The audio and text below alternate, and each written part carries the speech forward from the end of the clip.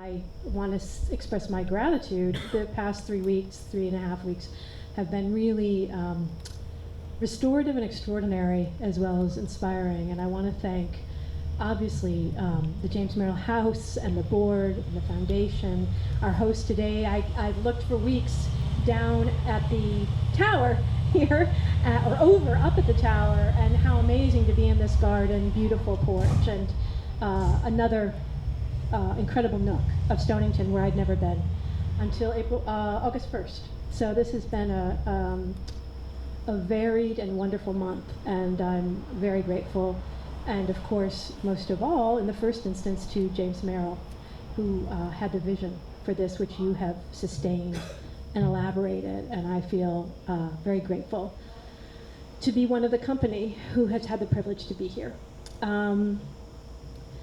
And I should also thank very much Bergen O'Malley, who has been my shepherd while I've been here, which has made it such a smooth and lovely time to be here, and Chris, who is videoing today. So thanks, folks. And I thought I would read some things different from what I did 3 weeks ago, although there'll be some things recurring for those of you who were there. And I'm very grateful that you came. I understand that there is a cello concert at La Grua, and so I was like, and I should check, is the volume good enough, or should I be, okay, good. And to come on such a beautiful night is a real gift, so thank you for coming. And I thought I'd read a suite of poems from my most recent book, beyond the one Willard had mentioned. This book just came out in June, May in the US and June, called What You Want. And I think of what you want not as a statement, but as a set of questions. And so what you want ends up being a kind of refrain throughout the book, where that question keeps getting posed, both of me, of others. What is it that one might want? What is it one might want with others, for others? So this is a little ditty that permutes that phrase, what you want, and it's called Open Sky. And as it turns out, very fortunately, a lot of the poems in this book, they are stationed near the sea, and it seemed to me appropriate to read that, having had the most extraordinary privilege of being near the sea these past weeks. Open sky. Open sky. What you want? What you want, I want for you. Want whatever you want when you say you want everything under the sky. Is that what everyone wants? Never to die. What you want? What you want, I want for you. Want what you want when you say you want never to die, except when you want. Nothing. What you want? Nothing's a something to want, something annihilating, something beyond want that stops at nothing, ravenous want. And the next poem is the first poem of the book, and it's stationed by the sea, looking out toward lighthouses. And I've spent a lot of time at dusk looking at the Latimer House light and the rhythms of its blinking and the breakwater lights, which I find a wonderful syncopation. And this poem is stationed in Gloucester, Mass, looking out at the various lighthouses there, and thinking about what the sea carries, what the sea buries, and what the sea brings us. Now is the cool of the day, is the name of the poem. From here you used to see the sea. The gulls still palaver, the fishing boats still eke out what they can. At dusk, the eastern point light every 5 seconds flashes white. The dog bar light shines occulting red. The 10-pound island every 6 seconds blinks isoface red. These are the characteristics.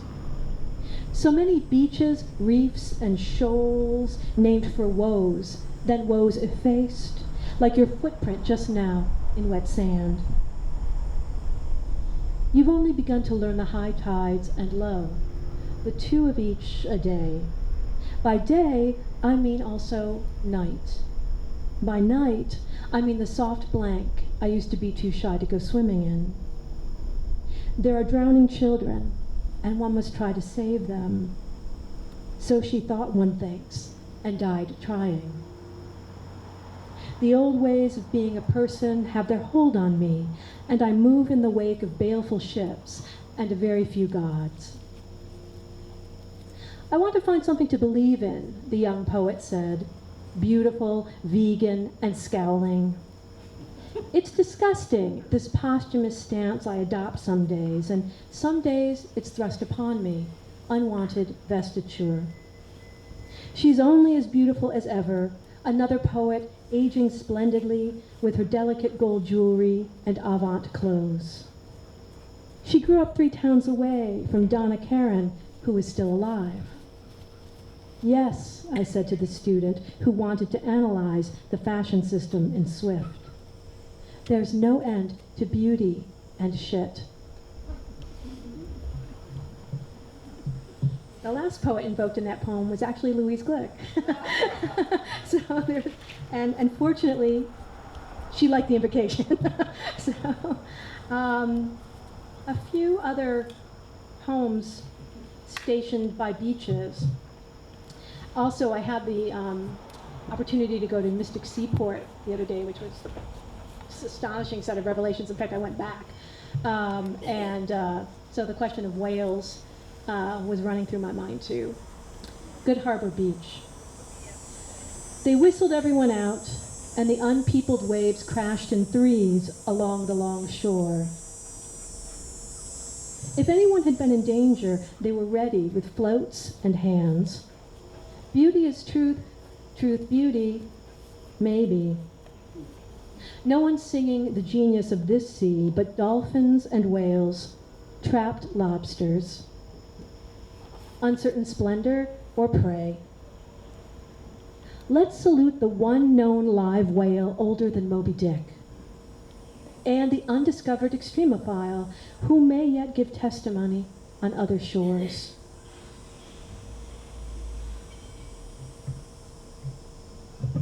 There are a lot of creatures running through this book, eels and gulls and crows.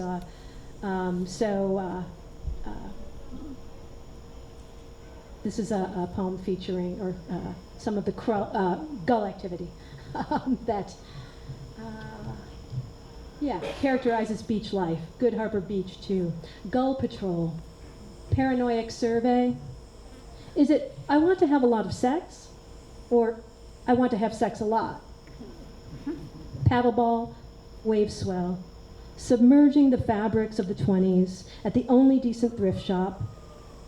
The TV shows still under the spell of 9/11, and there, the little dictator gassing his people, and here, the handcuffed dead.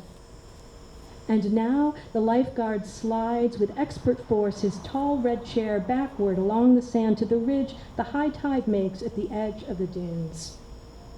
Tide coming in, the profit and the loss, a surfboard for rescue, and few in the water but remote seals and rumored sharks. I don't want to think about the sharks when I'm swimming here. I was also thinking of seasonality and being here in August, and this poem is an August poem, and it invokes 2 painters, the 19th century British painter Turner, his great seascapes, and the British Nigerian painter Chris O'Feely. They show up at a certain point. Preferences. We would have liked the moon unshrouded, declaring itself in August, but we'll take the vagrant yellow barely visible amidst the clouds. We would have liked the rain sufficient to revive the ferns, the farmer's fields, the well, the hay otherwise lost, animals parched. Even the hurricane failed to provide. One leans into seasons as if they were imperishable, as if the earth revolved the same as ever, dumb core shrouded by cooler layers and a sky itself divided into sheltering parts. I am not drunk as I write this. by which I mean type this. I am at most slightly buzzed by a Jamaican rum, a Turner night sky become an Ophelia blue-black, a night sky that doesn't yet rain in video games or porn. Everyone wants clean sheets amidst the stones and holes.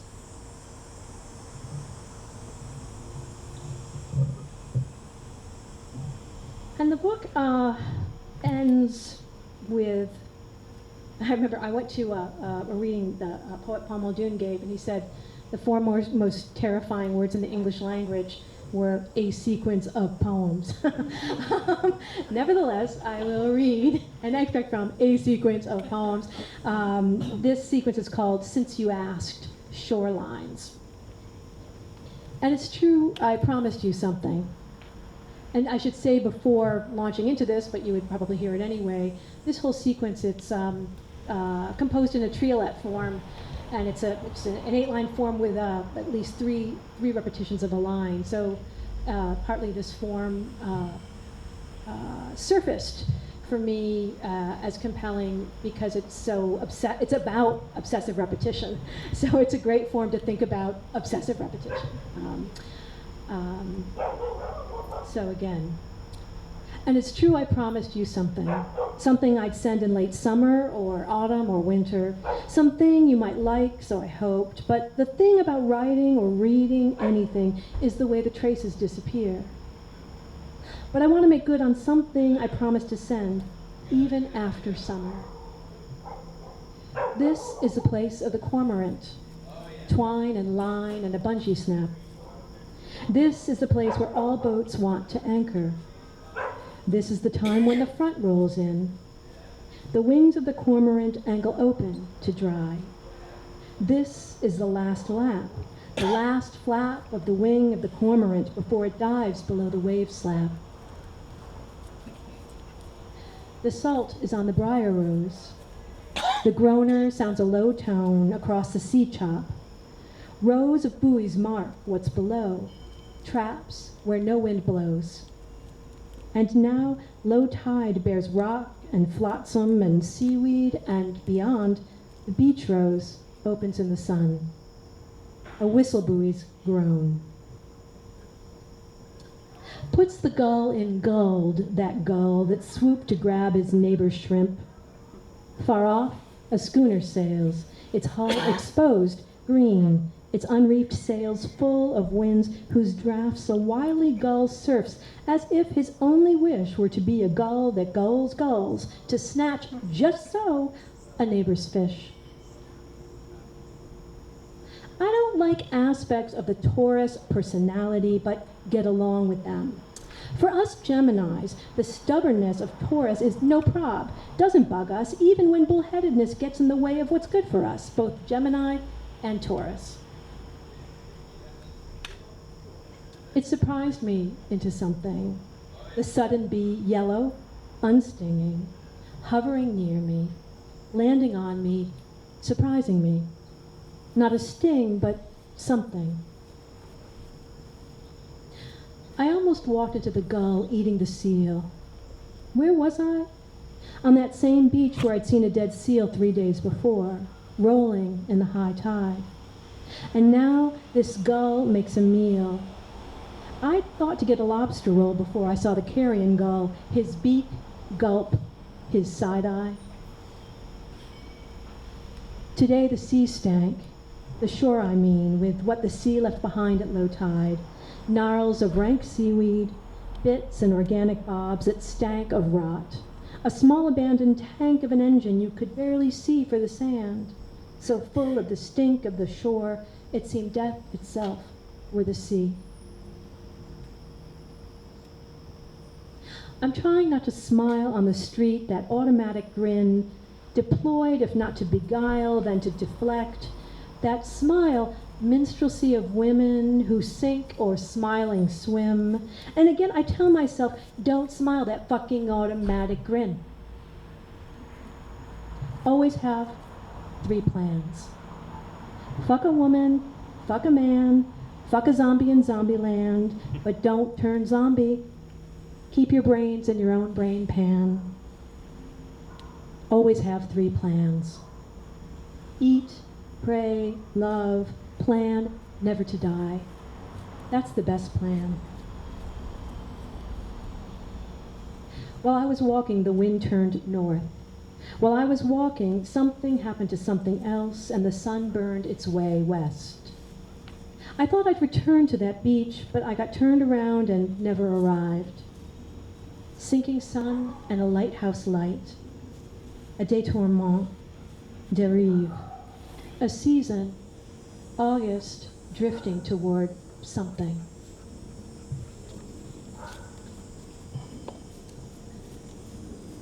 I thought I might shift a few gears and read you a little paragraph I wrote in response to the question that Publishers Weekly asks writers, why I write. Simple question, but it allowed me to distill a few thoughts that I still stand behind. I write poetry as a mode of inquiry, of response, of sounding out, of feeling out, of thinking through, of joining in. I write poetry to communicate and not to communicate.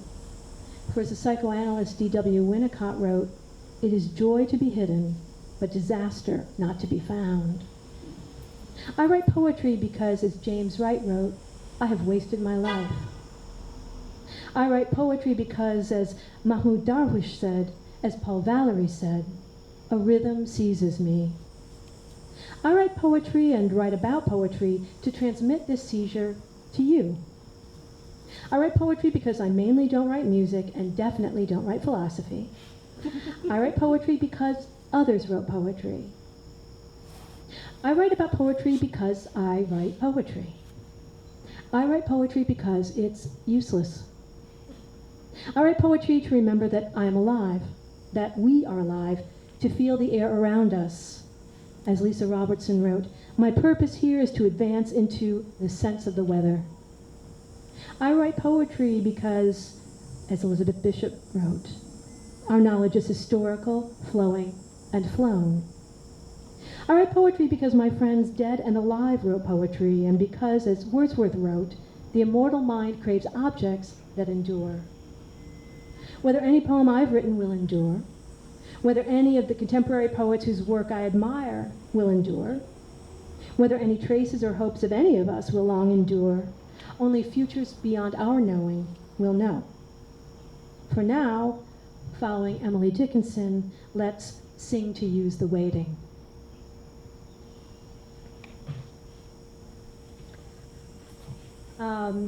One of the many privileges of staying at the James Merrill House is that you can look at his amazing books and his library and see what was feeding his mind, and some of the books are beautifully inscribed. And I saw one of Henri's books there. It was very exciting. Jim Longenbach's books, Frank Bedart, all kinds of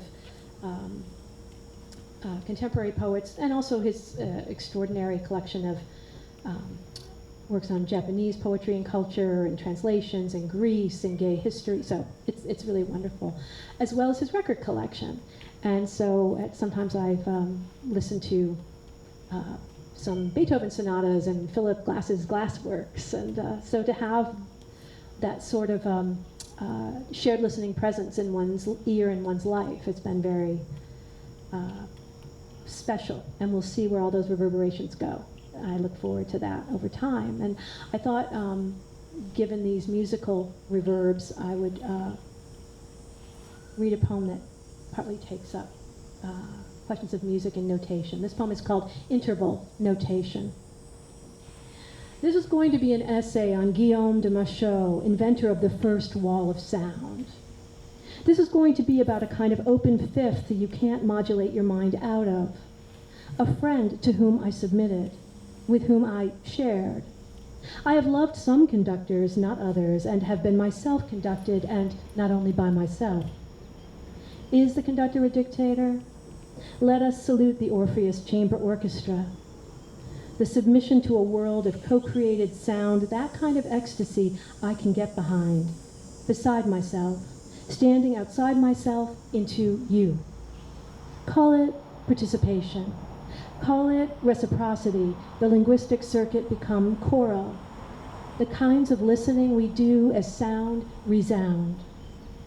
Every day we throw our voices. Some days they are notated, and some hours we throw our throats at printed notes the staves catch. I would never be a good jazz singer. The stage judge said I was unsuited to the vocal jazz ensemble. It was a matter of personality. Did he mean whiteness? Did he mean tightness? We were almost all white up there in the snow belt. Oh, the flat-foot floogie with the Floy, Floy. Where was Alice Coltrane? Where was my love? Where did our love go? We can love John Cage's lecture on nothing and Cecil Taylor's calling out of Cage on jazz. Whose silence? Who's silencing? Are these unmusical questions? Most musical, most melancholy bird. A nightingale is not that, said Coleridge, exasperated by Milton, and Wallace Stevens never heard a nightingale, though yes, he several times said blackbird. Singing in the dead of night, singing in the dead. Oh, fly all your life, a Floy, Floy. Is every poem a conversation poem manqué, every concert a composition? Ruth Crawford Seeger transcribed and notated so precisely the Lomax's recordings of black singers that they could not use those first transcriptions for their songbook. Unplayable they were by the general, and yet what fidelity, what respect to the singers of tales. When I was sad in the 90s, I didn't listen to Liz Phair, I didn't listen to Nirvana, I didn't listen to Belly or Lead Belly. It was Goretzky. Why? An orchestral business within the intestines of life. A tuning up toward. Some days one sounds through an inner voice barely audible. A specific interval closes Machaut's mass, perfect and just and open, notated in a new style. I should have said Machaut was a 16th century composer. And at a certain point in my life, I sang with an early music ensemble. This question of a new style and ways one is composing. The Scottish poet W.S. Graham, there was in 2018 a centenary of his birth, and various two British poets sent out a commission to artists and writers to write or make something in honor of W.S. Graham. And they extracted prompts from some of his notebooks and these sort of notes to self. And they sent these prompts to various people, and they were fascinating. And I took up the prompt, take down actual speech. And that's the kind of thing I often do anyway, walking around with notebooks. You know, you hear such, extraordinary things, just as you walk by or sitting on the beach or great eavesdropper. And I also have long been interested in the kind of poem that is a stitchery of quotations, known as a canto. And so I wrote a poem called Channel that took up and reorganized some of the actual speech I took down over several years, and that's in the book What You Want. But for today, I have a more site-specific poem called Take Down Actual Speech, a Stonington canto. And everything in this poem was overheard, and I consider Stonington to encompass mystic, just as I understand it does. People can school me on this. A Stonington canto. Very strange things are happening in the borough. I've seen more people jogging in the past 2 hours than I have in my entire life. Are you a daiquiri crowd? You seem like a daiquiri crowd. Does anyone here know what a capstan is? Does anyone here know what a halyard is? It's the 9 o'clock Mozart block. I bought a house with a lawsuit. I used to work at the sailing school. We came from South Boston where there were tornado warnings. We will be at La Plage at 4:30. There are 6 restaurants here and only 2 are open on Mondays. Hi, poetess. Don't you have a reading? Didn't I see you in the newspaper? You're from New York? I'm from New York. I have a restaurant in Tribeca. I'm Daniel Bouley. Is that a Charlie Brown figurine? Did he install the ceiling? It's going to be a very exciting meeting at La Grua. Nanas for pizza, zest for baked goods. Have you been to Wall Street? The dog watch is our neighbor. We like to swim amidst the boats. Look, there's a windsurfer. My husband was in subs. We string the beads ourselves. Sally and Sibby are not the same person. Have you been to Wayland's Wharf?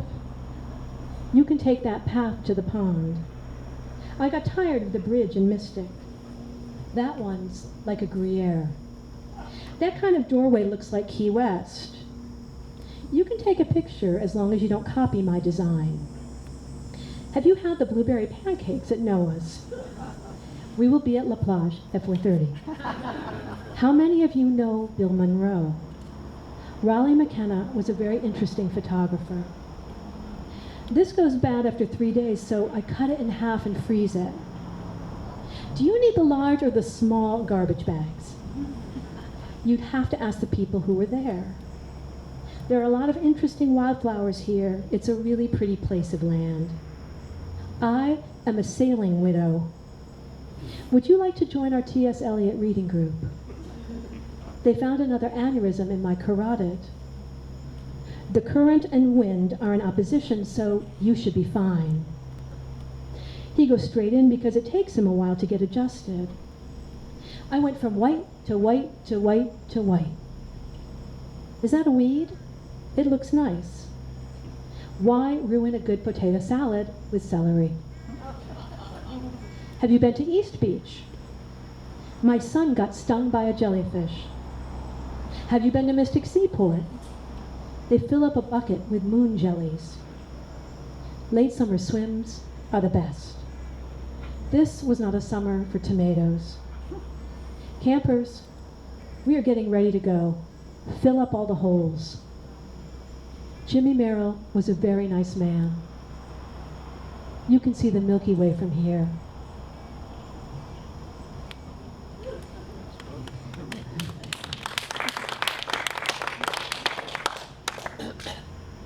And I thought I might read a couple of things that I had been working on while I was here. That seemed only fair.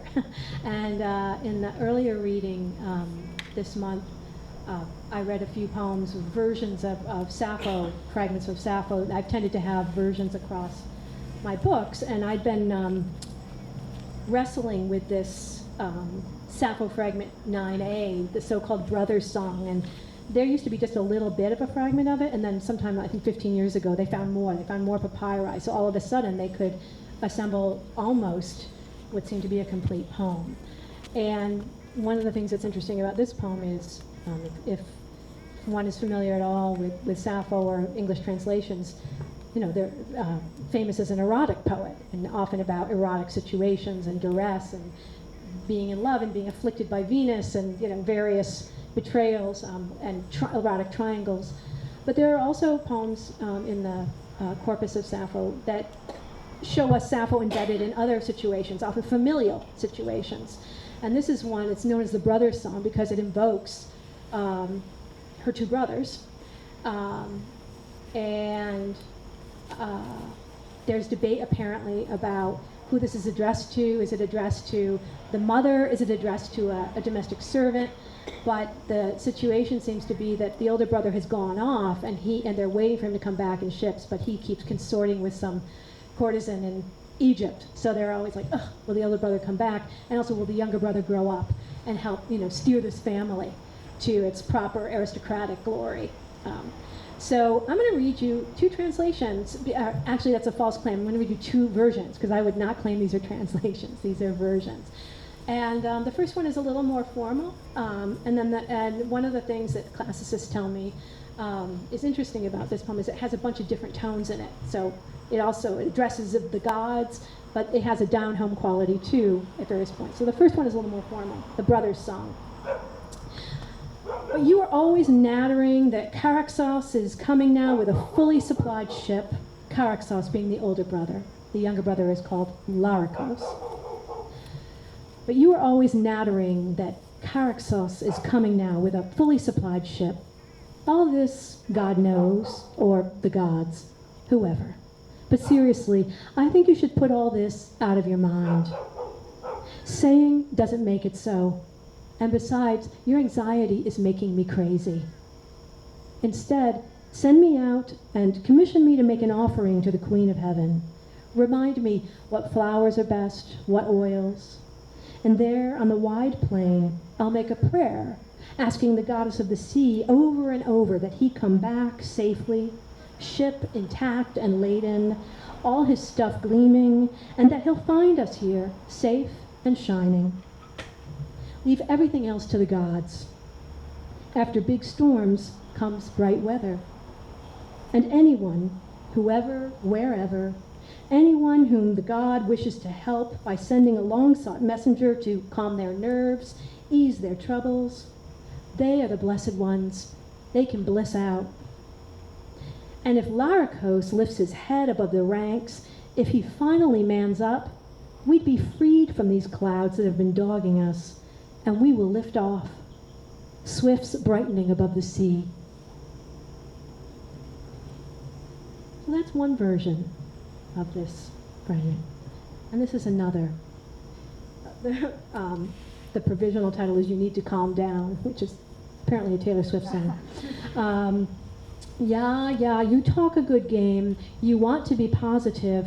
You are always fizzing on about his return, but until he's in harbor, until he's landed, until he's come untouched through customs, his entourage loaded with Vuitton and golf clubs, cigs and scotch, liquors and perfumes, off-store container ships hauling the rest, until we know for sure what's up, until that moment, only the gods will have known. So wipe your mind clear and calm down. Just let me go and do what you want me to. Light candles, meditate, sit with crystals, focus my intention that Chaz should arrive, he and his crew and his stuff intact, all good, and find us here all good too. As for the rest, leave it to the higher-ups. Ask the genius astrologers, consult the horoscopes, almanacs. There's calm before a storm, but bright weather also comes after. So they say. And if the planets oblige, if Saturn moves out of our way, and by the orders of the head god some excellent rising planet presides, things can be suddenly set right. As for us here, if Larry could get his head out of his ass and grow a pair, life would get so much easier. This interminable shit show could become a frickin' rainbow cabaret, and all this fretting stop. Well, these are two versions. Now we're in the zone of things, none of which have yet appeared or been published. So I'll just read a few more poems. This one. The creaturely beseeching. This poem is called Rocks. The rocks, individuated as people, if you register people as individuals, which I do, haplessly, helplessly, when forced, fright or flight or love or... The plants need water. The rhododendrons are drooping. Your lust for the contemporary is understandable but mildly disappointing.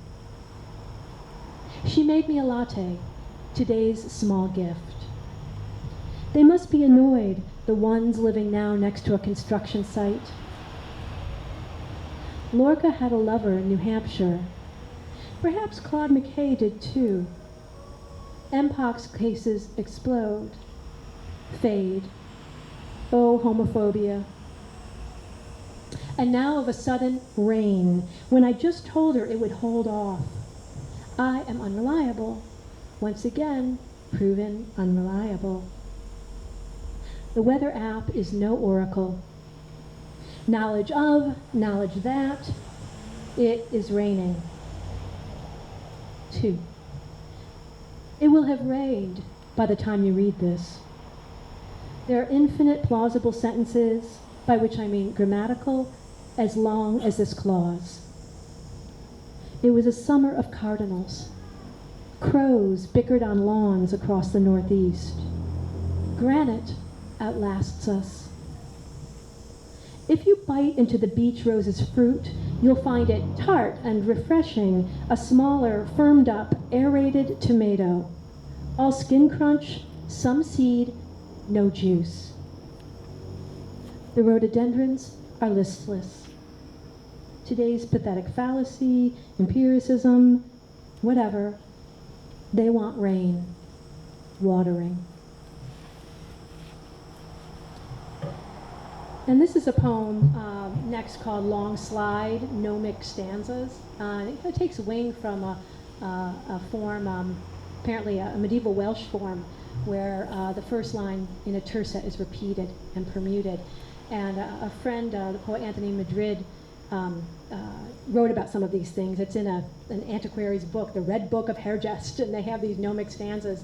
And I think both Ted Hughes and Seamus Heaney, R.I.P., I believe this is the 10th anniversary of Seamus Heaney's death. They made a translation, and it's a wonderful form, and it's very seductive form. So this takes wing from that a little bit. Long slide, gnomic stanzas. Long slide, are you coming? Many a man never learns how to do it. Long slide, many years, inside and outside, the same long slide. Long slide, fair warning, the children who died need not have died. Long slide, amusement park, here you can buy what's on offer. Let's put a fence around pleasure. Long slide, new bed. Some things never get old, however often they're done. Long slide, playground. Dogs are not nannies. Sex, the secret, most people don't like it. Long slide, Holocene. The mind is not infinite. That glacier disappeared. Long slide, new water. Some gnats will fly a clean mile. Libraries close before midnight. Long slide, who shall abide the day of his coming? Incredulity governs our days. Long slide, taut bow. One more second, you will hit it. A target is in time, not space. Long slide, cleft air. A cry can mean pain or joy. The ice skater checks her laces. Long slide, sudden plunge. Too much on the edge leads to disaster. Long slide, many eyes. The hero requires a crowd. Cats make more choices than dogs. Long slide, serotonin. Some women do not want children. Snow on the mountain melts in the sun. Long slide, question mark. Even if you know you're made of cells, you can't quite feel it. Long slide, loose tether. Who dreams of becoming an astronaut? Some want cryogenic sleep. Long slide, downhill all the way. Leonard Woolf wrote an autobiography. La vida es un sueño de un sueño.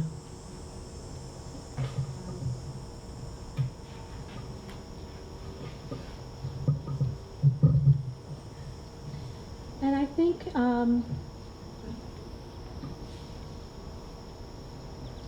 I'll read two more poems, and then we can all repair to refreshments and playing fetch with this very adorable doll. So this poem is called The Historians. It is time to consult my friends, the historians, who still believe in research and a tapestry of fact woven on the loom of deliberation and hypotheticals tested against what are perceived to be outcomes. It is time to remember the ones who never abandoned the way to care for the dead, the ones who said not only my dead and not only the official dead matter amidst all the matter. What's the matter? What's the matter? Asked the town people of their neighbor Harry, a rich man hexed into perpetual cold, his teeth ever chattering since he ambushed a poor woman gathering kindling from his woodpile, and she cursed him. Call it stealing, call it pilfering, call it a regime of property, a spell an old cold woman can counter with a spell, her chill transferred forever to him in a poem. What is a word worth? What is worth a word? What is a gill but something to breathe through? What is a gill but a stream to move the smallest bones of your inner ear along? Old stones in certain light are moving. Call it erosion. Call it a time-lapse explosion only the longest-lived mechanism could record, old, cold, ever-warming stone. No mere stenographers, no chroniclers. The sad historians are trying to make sense of things through the convolutions of their brains. They were made as sure as anyone. They do not aspire, my friends the historians, to objectivity. They sing sometimes of the age of enlightenment, which has given us what? So much, so much, so much is streaming through our open mouths.